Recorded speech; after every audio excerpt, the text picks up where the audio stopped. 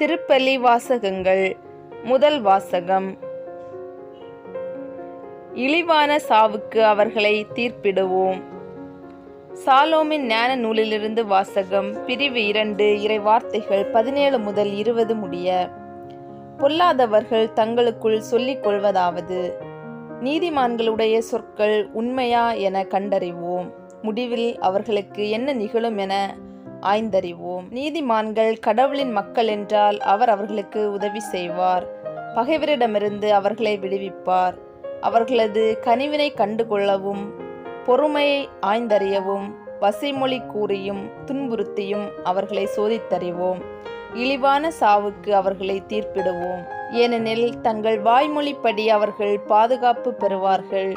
இது ஆண்டவர் வழங்கும் அருள்வாக்கு. இறைவா, உமக்கு நன்றி. பதிலுரை பாடல். பல்லவி. என் தலைவர் என் வாழ்வுக்கு ஆதரவாய் உள்ளோருடன் இருக்கின்றார். கடவுளே, உமது பேரின் வல்லமையால் என்னை காப்பாற்றும்.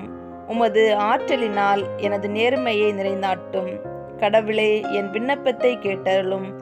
என் வாயின் சொற்களுக்கு செவி கொடுத்தருளும். பல்லவி. என் தலைவர் என் வாழ்வுக்கு ஆதரவாய் உள்ளோருடன் இருக்கின்றார். ஏனெனில் செருக்குற்றோர் எனக்கு எதிராய் எழுந்துள்ளனர். கொடியவர் என் உயிரை பறிக்க பார்க்கின்றனர். அவர்கள் கடவுளை அறவே நினைப்பதில்லை. பல்லவி. என் தலைவர் என் வாழ்வுக்கு ஆதரவாய் உள்ளோருடன் இருக்கின்றார். இதோ கடவுள் எனக்கு துணைவராய் இருக்கின்றார்.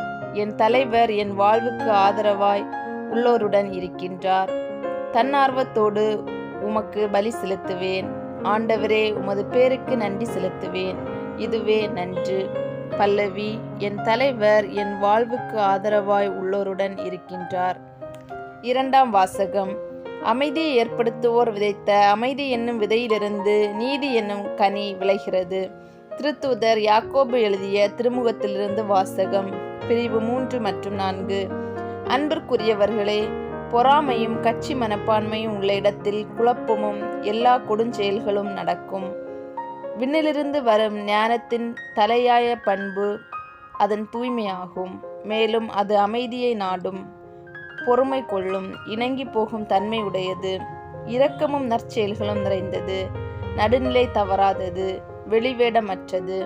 அமைதியை ஏற்படுத்துவோர் விதைத்த அமைதி என்னும் விதையிலிருந்து நீதி என்னும் கனி விளைகிறது. உங்களிடையே சண்டை சச்சரவுகள் ஏற்பட காரணம் என்ன? உங்களுக்குள்ளே போராடி கொண்டிருக்கும் சிற்றின்ப நாட்டங்கள் அல்லவா? நீங்கள் ஆசைப்படுவது கிடைக்காததால் கொலை செய்கிறீர்கள், பேராசை கொள்கிறீர்கள். அதை பெற முடியாததால் சண்டை சச்சரவுகள் உண்டாக்குகிறீர்கள். அதை நீங்கள் ஏன் பெற முடிவதில்லை? நீங்கள் கடவுளிடம் கேட்பதில்லை. நீங்கள் கேட்டாலும் ஏன் அடைவதில்லை? ஏனெனில் நீங்கள் தீய எண்ணத்தோடு கேட்கிறீர்கள். சிற்றின்ப நாட்டங்களை நிறைவேற்றவே கேட்கிறீர்கள். இது ஆண்டவர் வழங்கும் அருள்வாக்கு. இறைவா, உமக்கு நன்றி. நற்செய்தி வாசகம். ஒருவர் முதல்வராக இருக்க விரும்பினால் அவர் அனைவரிலும் கடைசியானவராக இருக்கட்டும். மார்க்கு எழுதிய தூய நற்செய்தியிலிருந்து வாசகம். பிரிவு 9, இறை வார்த்தைகள் 30 முதல் 37 முடிய. அக்காலத்தில் இயேசுவும் அவருடைய சீடர்களும் புறப்பட்டு கலிலேயா வழியாக சென்றார்கள். அது யாருக்கும் தெரியக்கூடாது என்று இயேசு விரும்பினார். ஏனெனில் மானிட மகன் மக்களின் கையில் ஒப்புவிக்கப்பட இருக்கிறார். அவர்கள் அவரை கொலை செய்வார்கள். கொல்லப்பட்ட 3 நாட்களுக்கு பின் அவர் உயிர் தெழுவார் என்று அவர் தம் சீடருக்கு கற்பித்துக் கொண்டிருந்தார். அவர் சொன்னது அவர்களுக்கு விளங்கவில்லை.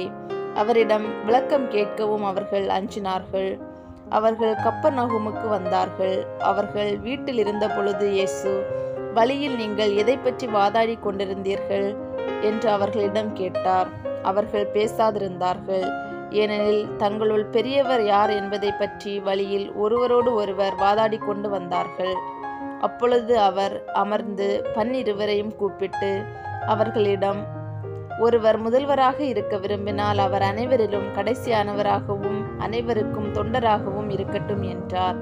பிறகு அவர் ஒரு சிறு பிள்ளையை எடுத்து அவர்கள் நடுவில் நிறுத்தி அதை அரவணைத்து கொண்டு, இத்தகைய சிறு பிள்ளைகளுள் ஒன்றை என் பேரால் ஏற்றுக்கொள்பவர் எவரும் என்னையே ஏற்றுக்கொள்கிறார்.